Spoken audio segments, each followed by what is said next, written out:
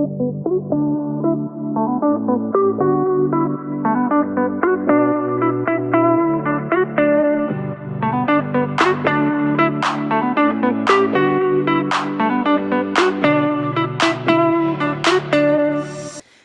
everyone. Welcome back to On the Air with Brett and Claire. I'm Brett. And I'm Claire.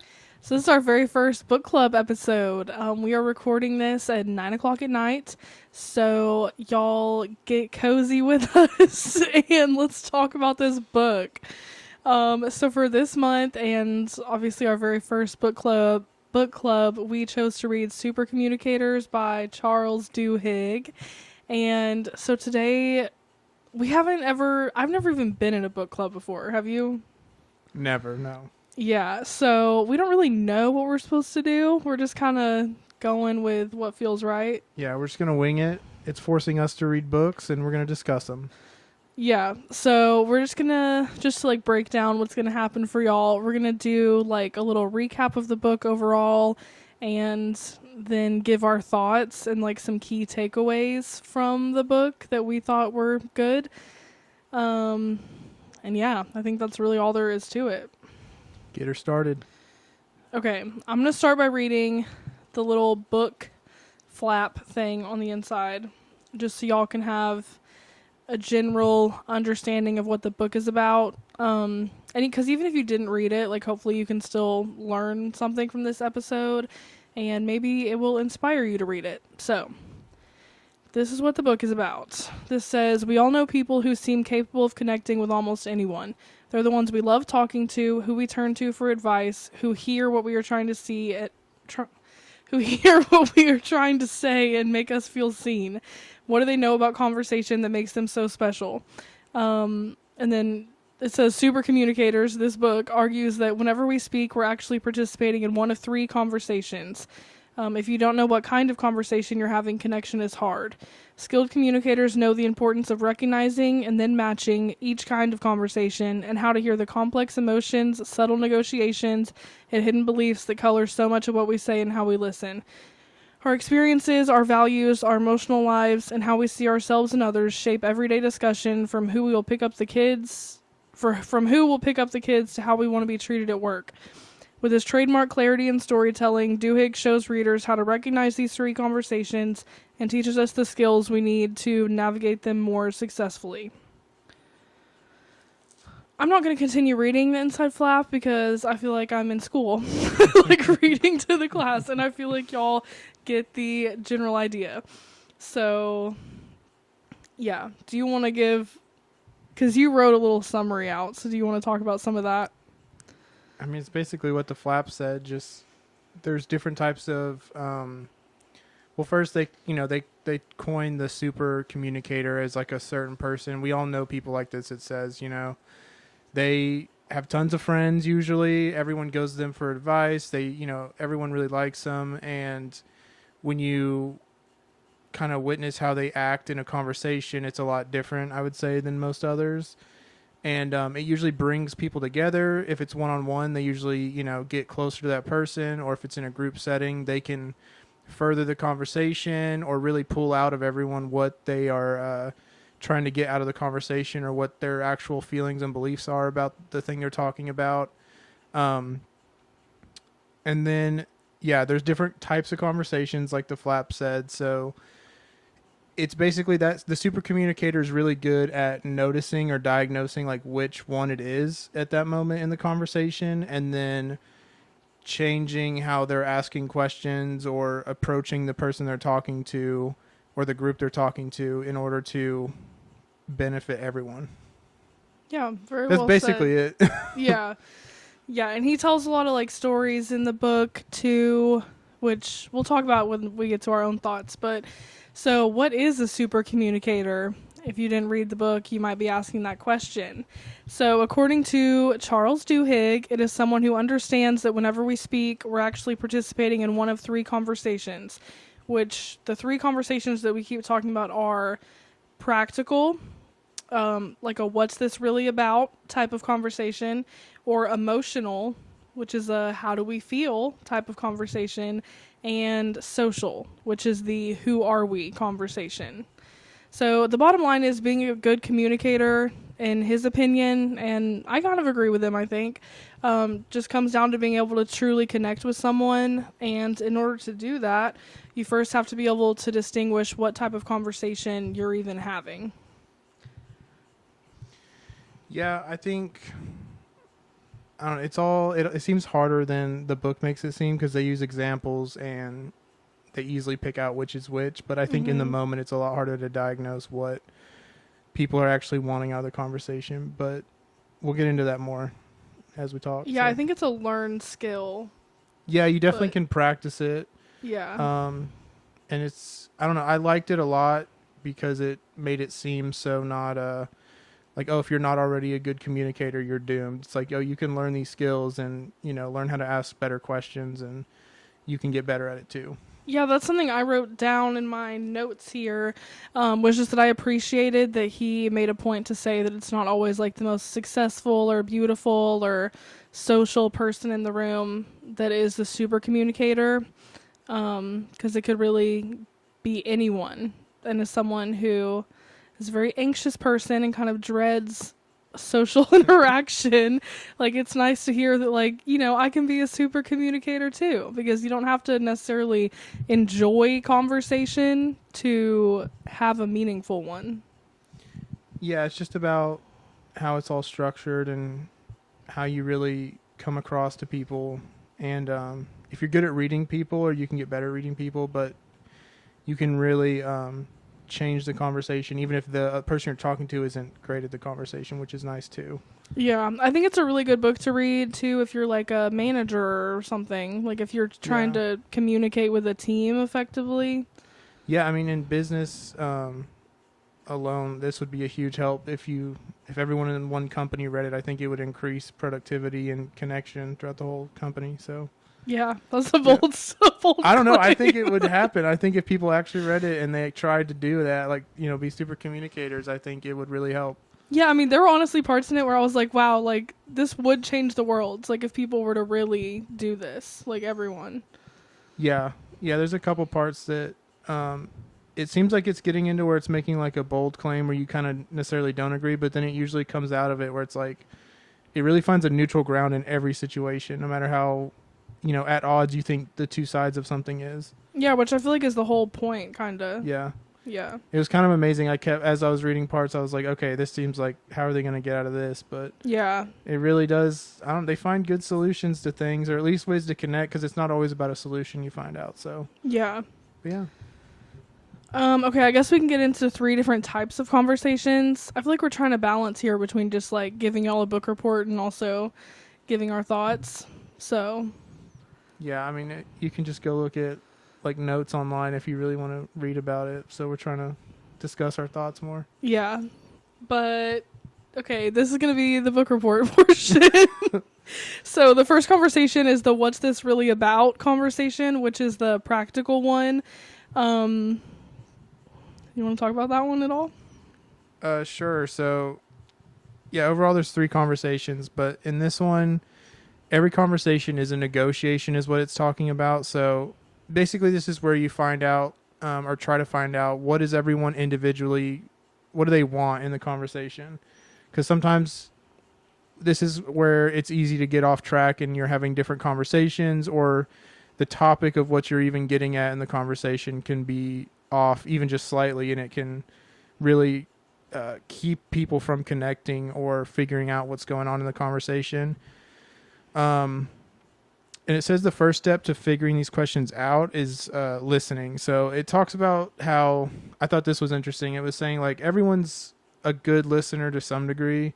Like we know how to listen, but part of listening, I think the book was talking about, was it's like, how are you asking questions, like follow-up questions kind of, and showing the person through your questions that you actually are listening, because it's not just your facial expressions or being like, yeah, you know, a lot of people think that that shows they're listening, but your questions, and then also towards the end it kind of talked about like, what was it, like looping around?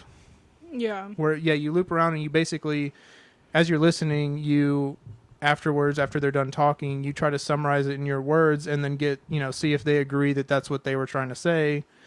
And you loop around over and over until you summarize it and they agree that that's what they're talking about. So that's part of the listening thing as well, is really knowing what they're saying and not just reacting to it. Yeah, and also like matching their energy. Yeah. Like not even in a physical sense, but just in like the type of conversation that you're having. Yeah, because it talks about in listening, like in the matching portion of listening, if like two people are laughing, like, because laughing's a big part of connection in conversation, because people will laugh when something's not even funny or something that's completely not funny at all. Like it could be something pretty serious.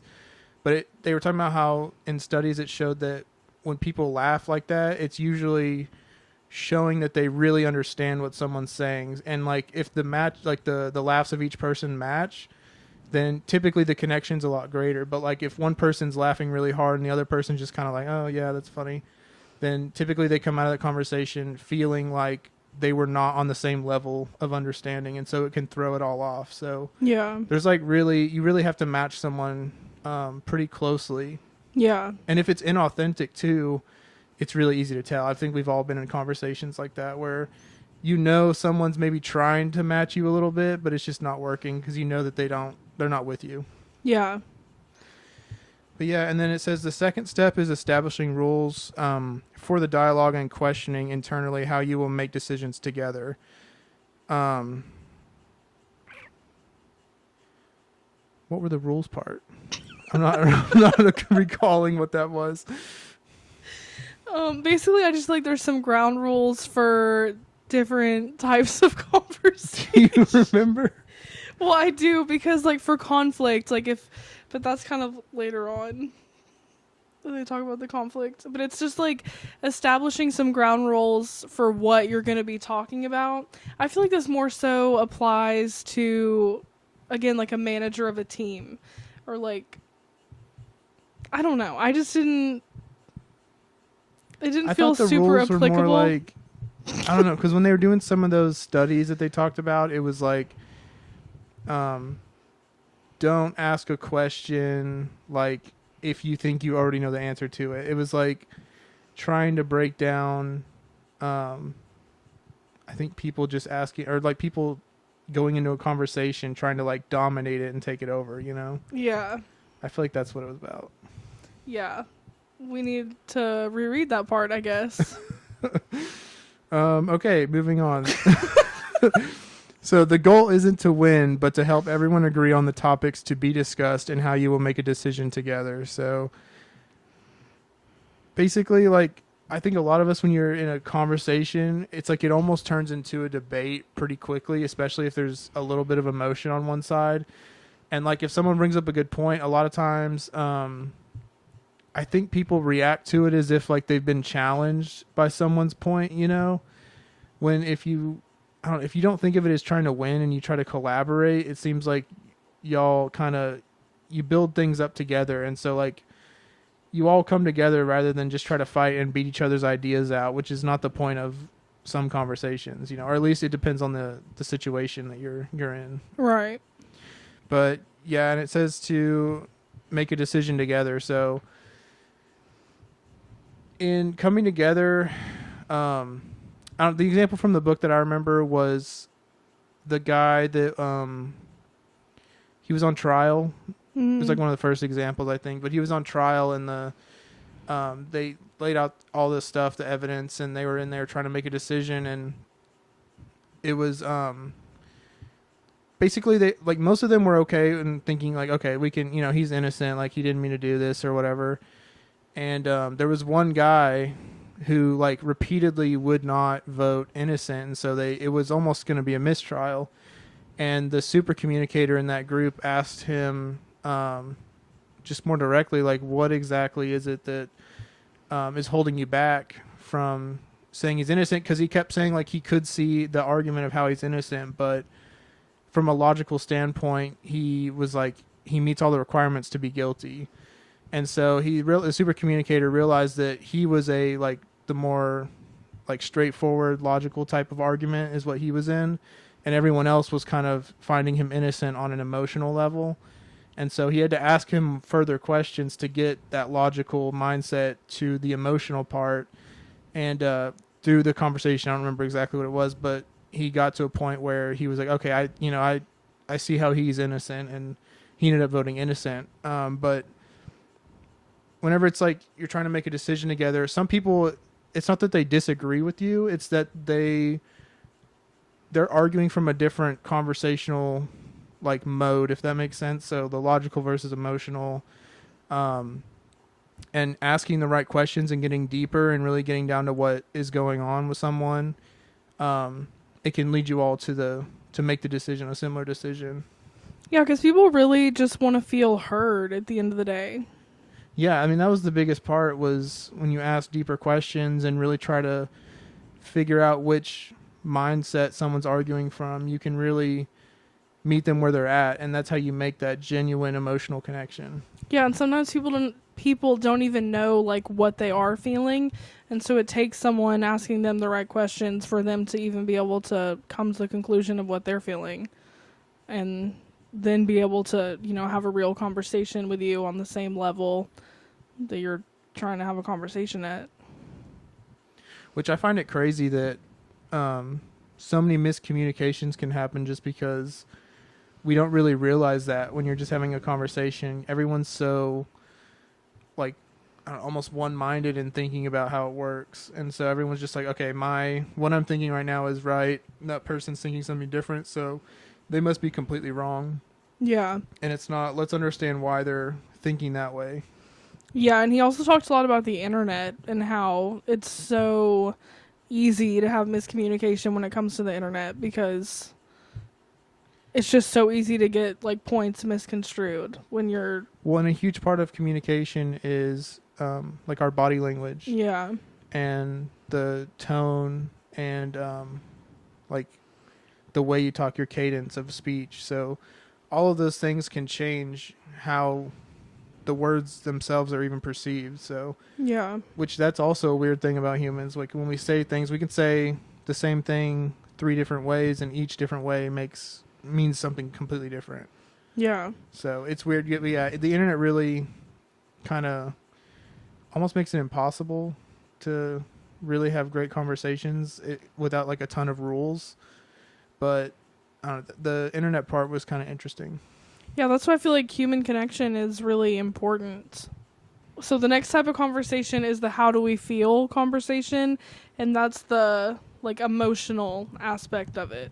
So basically, first of all, these 3 conversations, I feel like do you agree that they kind of move in order of depth? What do? Like these 3 types of conversations. Yeah, kind of. I feel like emotions is like the deeper one though. I feel like the last one though, the like, who are we or whatever. Yeah, I guess that like the identities and stuff like that. Yeah. Yeah, I could see that. I would agree then. Okay.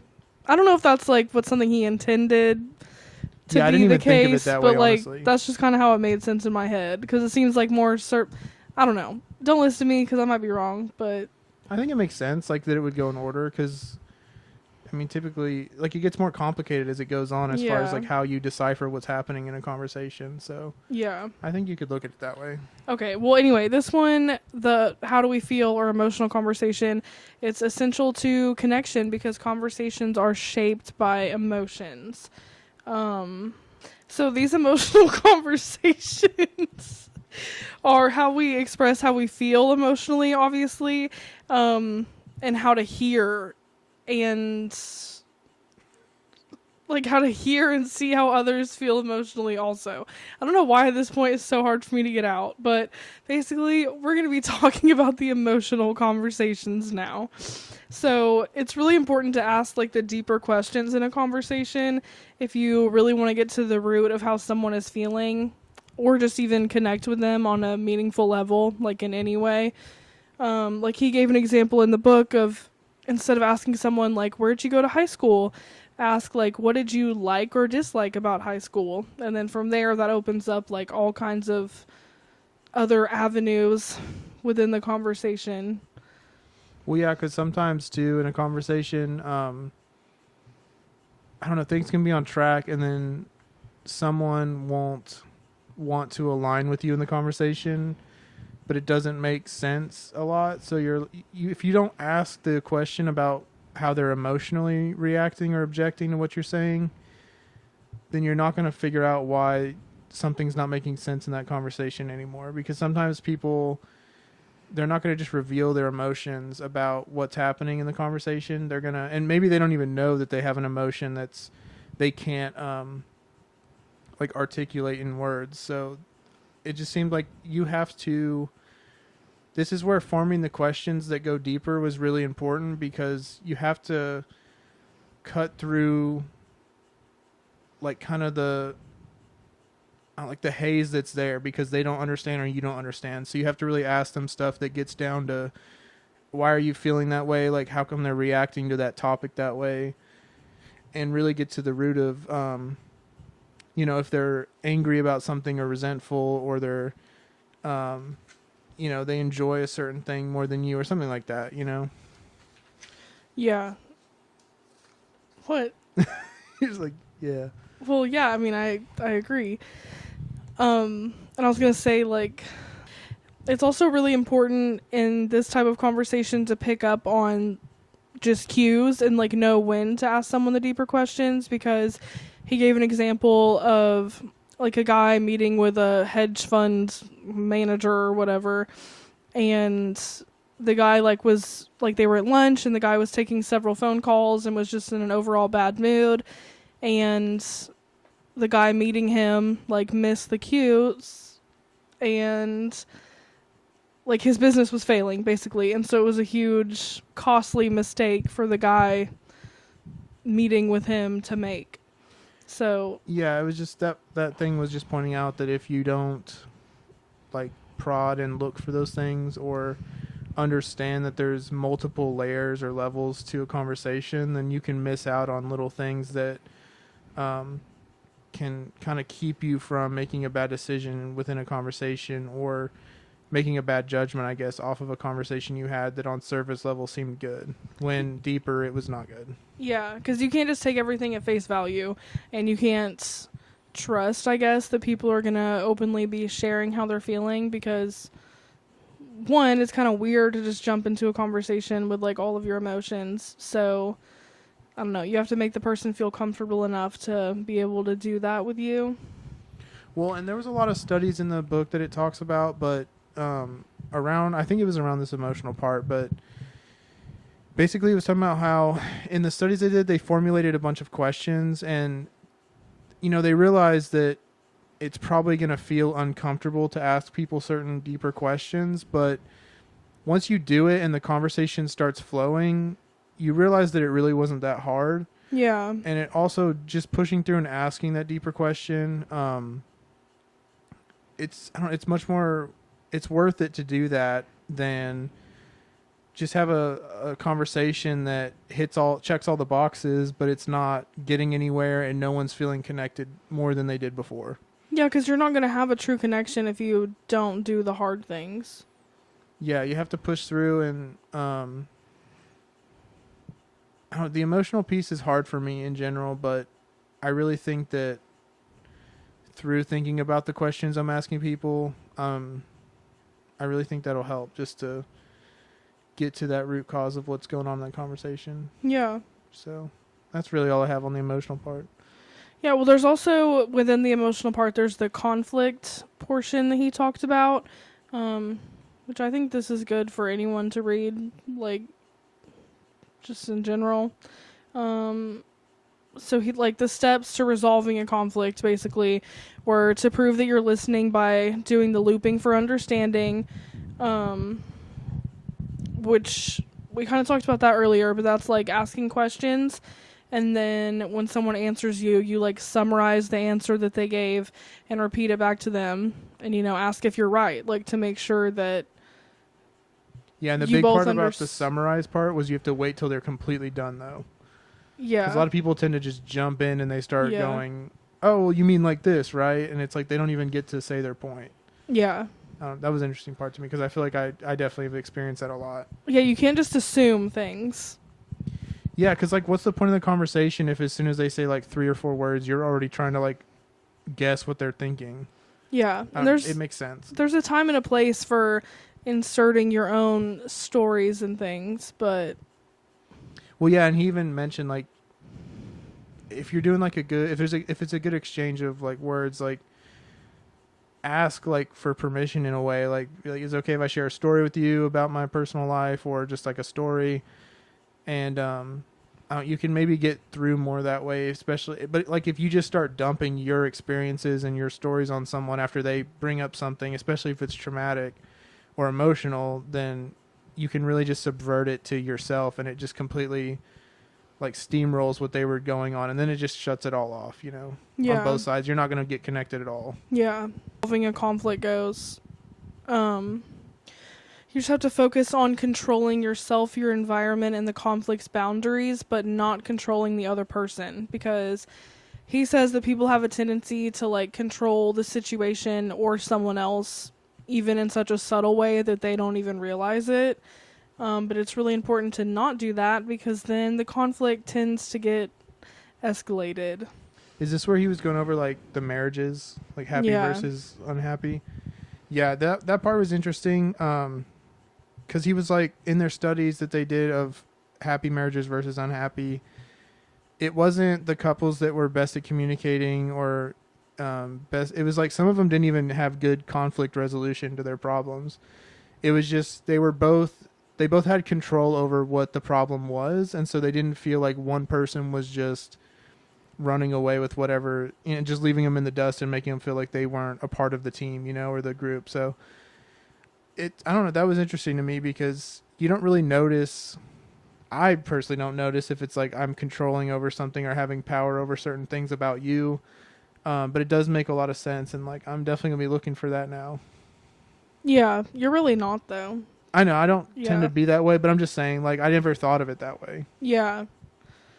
But yeah, I just thought that was kind of like a little bit mind blowing for me because I really thought it was just like good communication. Yeah, it's so much deeper than that. Yeah, Yeah. Well, and being married like now for a while, it's just parts of it. If you don't line up, like everything that we've talked about so far, if you don't line up on those things or realize what conversation you're in. It really can mess up and create a miscommunication, but there's so many like small little things to look out for, but definitely like I don't know, I'm trying to think of the examples he showed for just taking control of something. Do you remember some of them?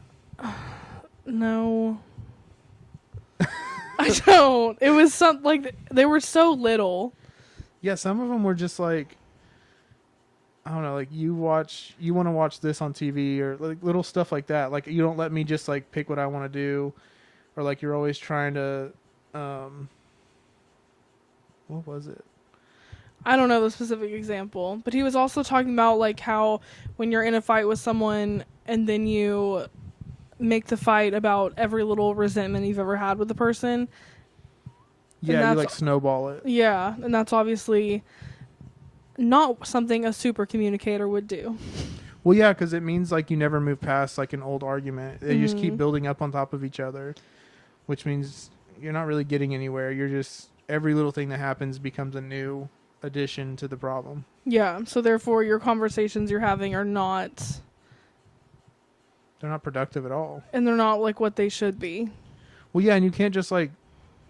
Even if you don't come up to a solution, it said, like, if you just express how you're feeling about something, and even if you're disagreeing, like, just go, well, here's my beliefs, here's your beliefs. Like, even if we disagree, it said it doesn't matter if you agree or,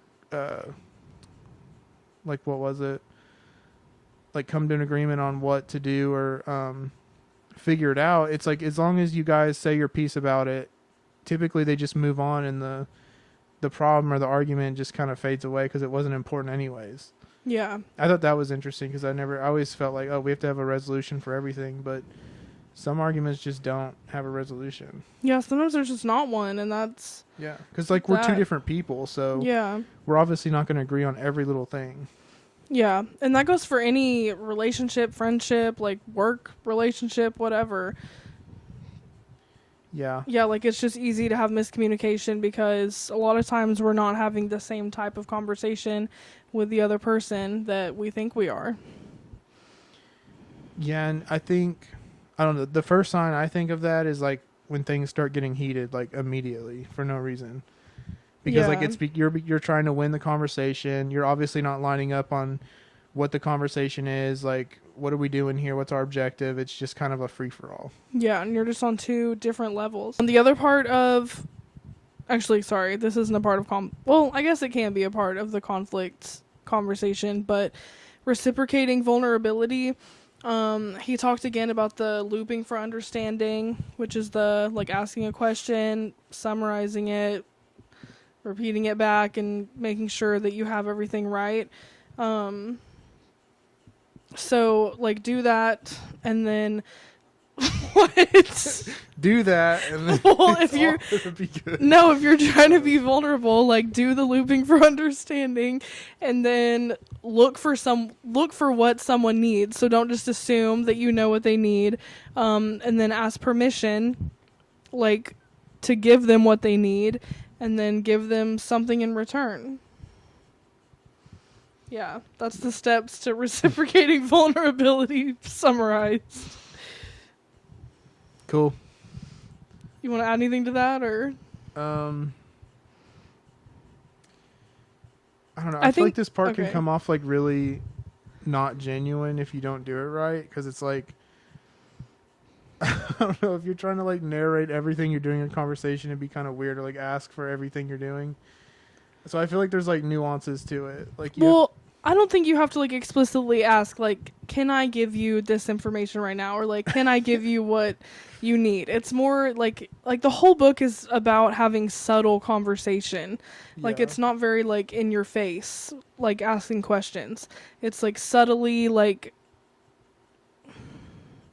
steering the conversation in a direction that helps both of you like be on the same page more. You know? Yeah. Do you agree or no? Yeah, I agree. That's really it for the reciprocating vulnerability portion.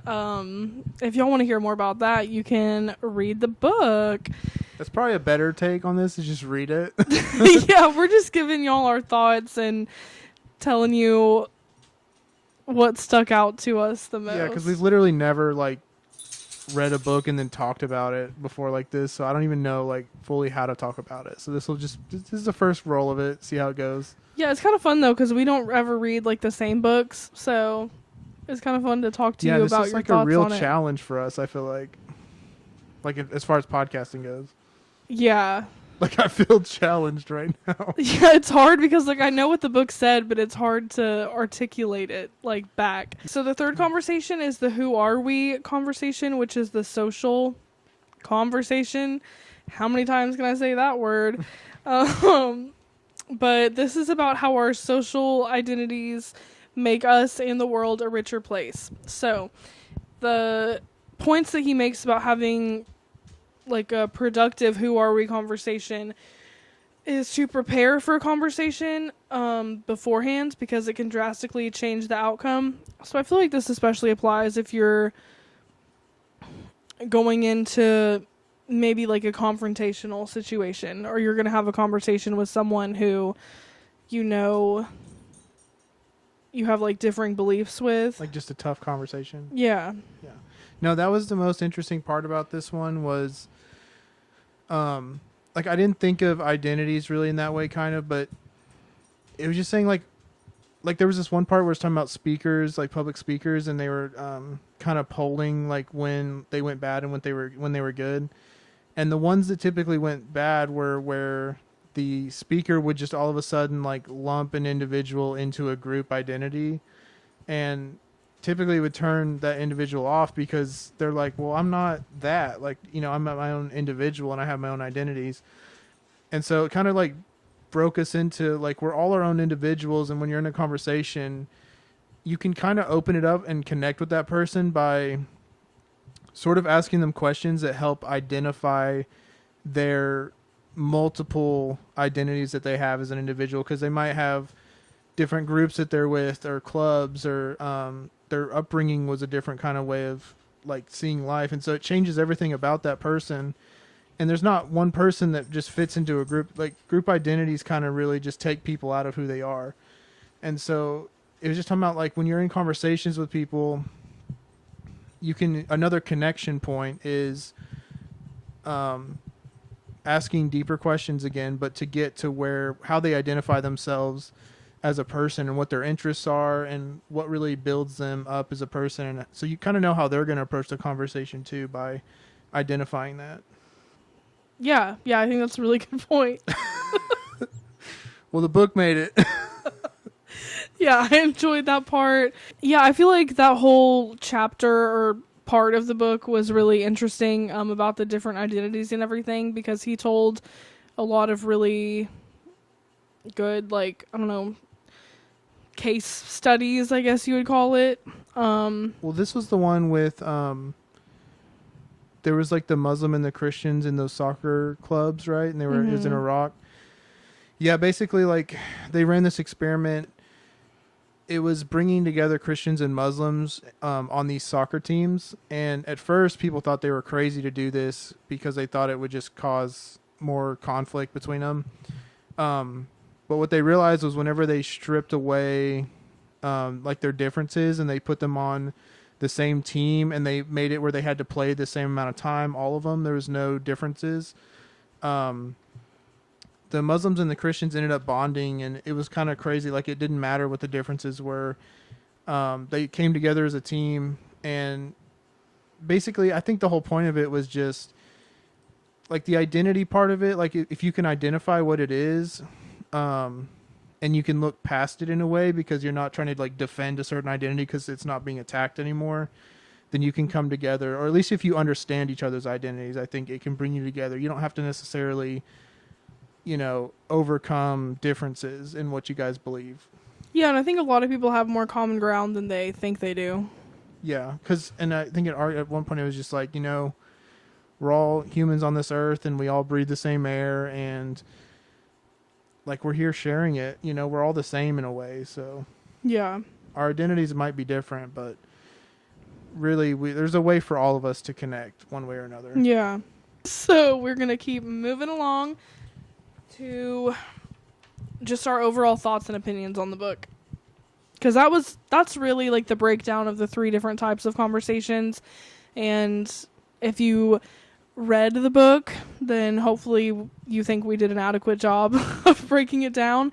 But if you have not read the book and you want to learn more about it, read the book, because Mr. Duhigg tells it a lot better than we do. Yeah, it's pretty basic, but there's just a lot of information for each one of those things and examples he goes into that it really helps you understand it more than what we're just talking about. So Yeah, which a lot of the examples are really interesting, because nonfiction, like books, they can be boring sometimes. And I didn't think this one was boring. Like, I actually really enjoyed it. Yeah, he had really good examples, and he didn't leave a bunch of stuff where it was just a bunch of complicated words and you just had to kind of go, oh, okay, I guess that's how it would go. And then you just don't even know how you would use that in a real conversation. So I think he did a good job of mixing real world application with the ideas that he's portraying. So Yeah, I agree. one thing I was thinking a lot during the book, though, was I related it back to like my time doing sales.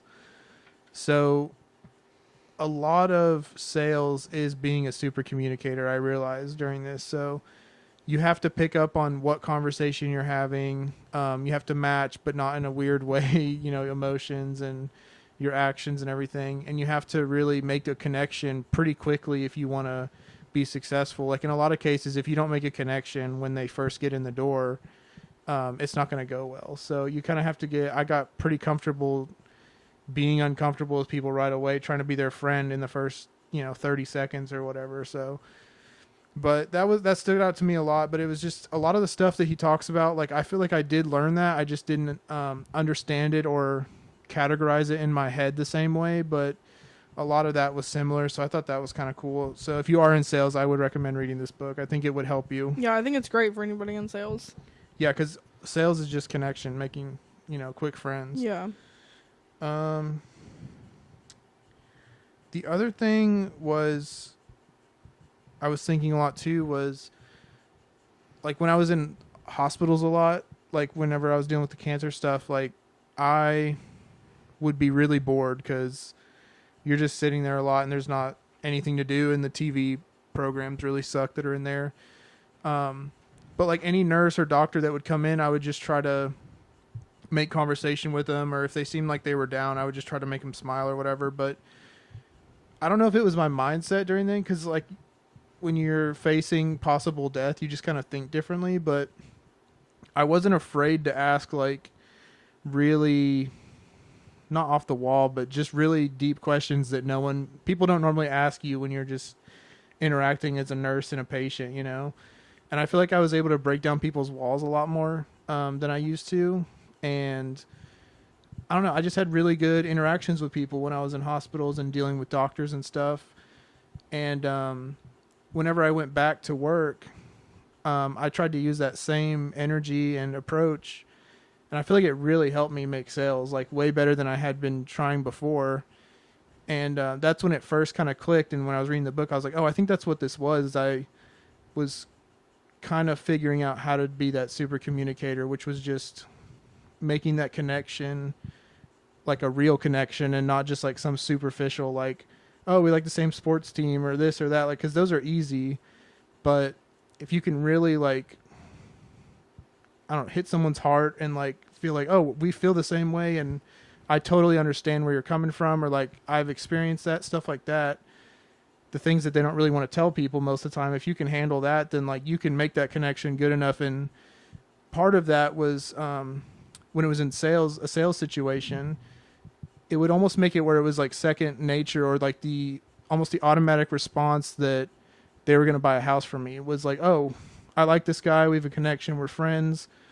Like he's got a house I like. So they would just do it. You don't even have to really push or ask for the sale. So I thought that was really interesting because it felt like I had hit this little like groove of figuring things out. And then as time went on, I kind of lost that as I got out of that mindset that I had picked up from being in the hospitals and stuff. It seemed like I got more, like I was just trying to do it too quickly or something.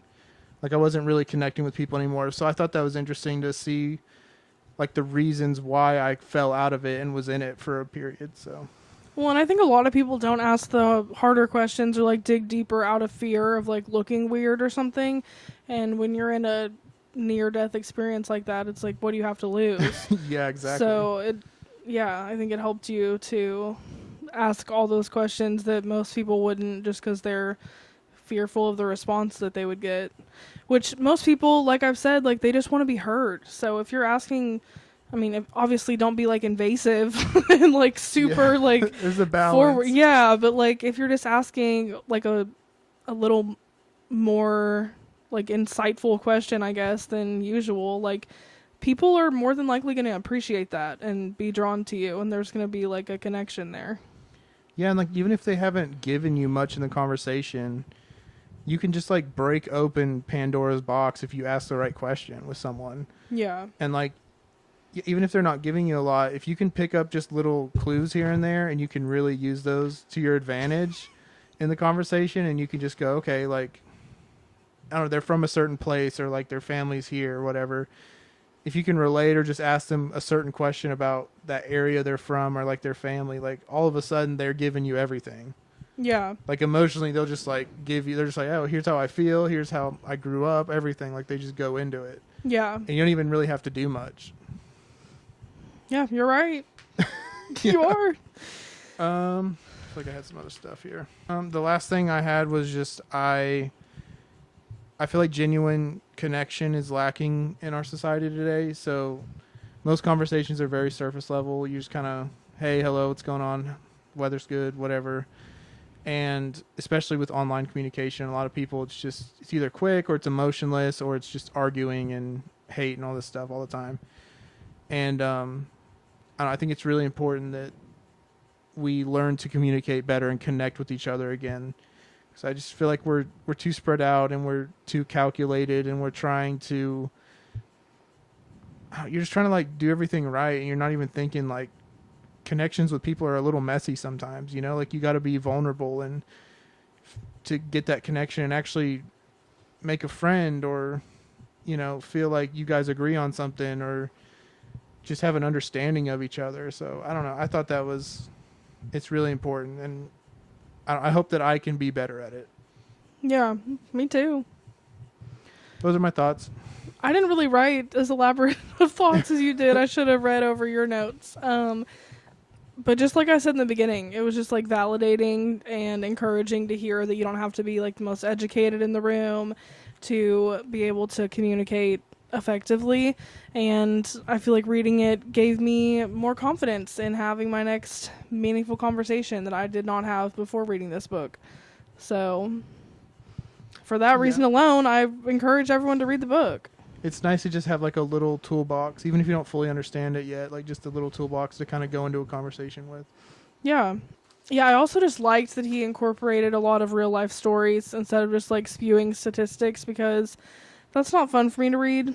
So, I mean, he did like spew some statistics, but it was all like it all added value. So I like the way he wrote the book. Yeah, it was pretty minor. It wasn't just like a scientific like psychology report on stuff, you know? Yeah. Yeah, I did like that. Yeah, and then I feel like the highlight of the book for me was, so he tells a story of this conference with like pro-gun and anti-gun people, and they like went to this event, and people on both sides were very against it at first. They did not think it was going to go well. Like they were just not about it, really, like for lack of a better term. And like even though they fundamentally disagreed on, you know, some political issues that were very important to them, at the end of the day they still found some common ground with one another. Basically everyone came out of it, or not everyone, but most people came out of it like understanding more of the other person's side. Like even though their mind wasn't changed necessarily, like on either side, they still were able to find a new understanding with one another, and even like became friends who would kind of have each other's backs.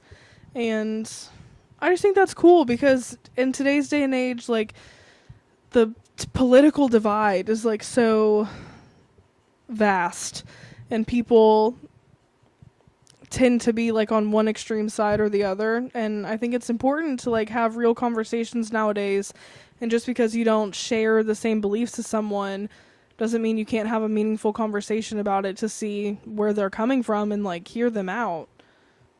Yeah, it's like it's my side versus your side, and your side's evil and wrong, and my side's right and, you know, righteous or whatever. And it's just kind of, it seems like there's no way to get past it, but I don't know, I think the example it put in there kind of shows a way forward through all that.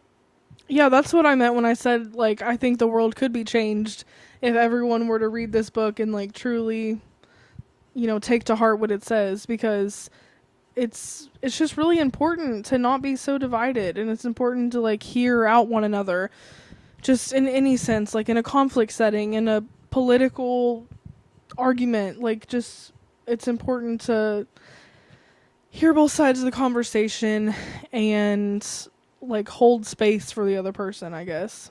Well, I think like ultimately violence or like conflict isn't going to solve it without, I mean, all that does is it's like one person wins over the other, but then eventually there's still the conflict there. It doesn't mean that it's solved or an agreement's been come to or anything. Yeah. Yep. And then there was a quote that he put in there from Dr. Talia Wheatley, and it says, "Human beings have the rare capacity to connect with each other against all odds." So I don't know. I like that quote, because no matter what kind of like background you come from, what your political beliefs are, what religion you are, like there's always some common ground to be found, and like there's a way to connect there. You just have to try and not be so blinded like by your own personal identities that you are unable to find that connection. Yeah, I think it's just a real good, like, feel good quote. I like it. Yeah, I mean, I think it's true. I think in even crazy situations, and people that are very different could find ways to bond and become friends or figure something out together. I think it's possible no matter what. I don't think it always happens, but I think there's a way. No, it definitely doesn't always happen, but that's why we need super communicators. Yeah. There's a chapter where so Duhigg's like talking about the Big Bang Theory, and Like the TV show. yeah, not the okay, yeah, that's a good clarification.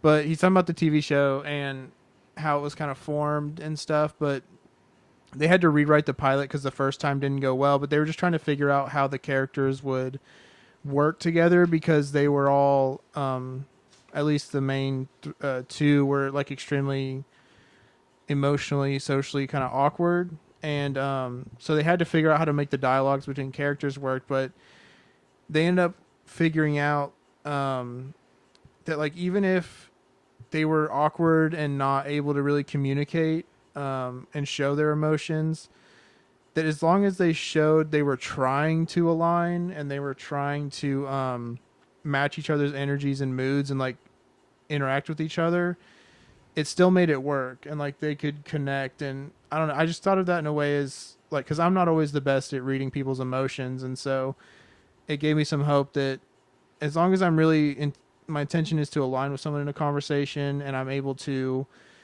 match their energy and their, you know, just show them I'm listening, that you can still get past that kind of emotional awkward situation. But yeah, you can still find ways to connect even if you're not good at something, or you're not good at reading, or you're socially awkward about something. You can still use another part of this way of connecting to make it work and still get to that point of where you're aligning. Yeah, and that's a great show. So I enjoyed reading that part. Yeah, it is a great show. But yeah, that was my highlight from the book. Cool, man. I think we should be done now. Yeah, so. I think we our time is over. Yeah. I apologize if this episode was a little bit messy. It's obviously our first book club, and hopefully we'll improve as the months go on, but it's definitely more challenging than expected to talk about a book for an hour. So, yeah, also just I don't know, I'm really tired, so this is just hard to like stay on track, but I think we did all right. y'all let us know. Follow us on Instagram at On the Air with Brett and Claire.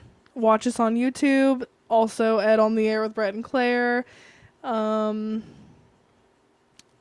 Thanks a comment. for listening, guys. Yeah, well, hold on. Okay, never mind. So next month's book is going to be The Four Agreements. A lot of you may have already read it. It's a pretty short book. It's a very impactful book, though. And full disclosure, we've both already read it, but I'm going to reread it because I've kind of forgotten a lot of what it has to say. And I feel like there's some really good points in there. So Yeah, it's a really simple book. It's straightforward and it's short, and so I think it's a great book just as a quick read. yeah, which it is getting into summer now. And if y'all have listened to our other episodes, you know we have a lot of people coming to visit us in May. So we didn't want to be too like overzealous or whatever with a huge book choice. But I think this will be a good one. I think it's a good one for people to read, and we should have a lot to talk about. Hopefully we'll have our format figured out a little bit better next month. And we'll film at a better time of the day too. Yeah, definitely. But yeah, so that'll be next month's book as we're easing into the summer here. And yeah, I think that's about it. If you haven't already read the book, I encourage you to read it. Super Communicators by Charles Duhigg. We're really done now. You have anything else? No, that's all, folks, and thank you for listening for real this time. All right. Thanks, guys. Bye. We'll see you Thursday. Bye.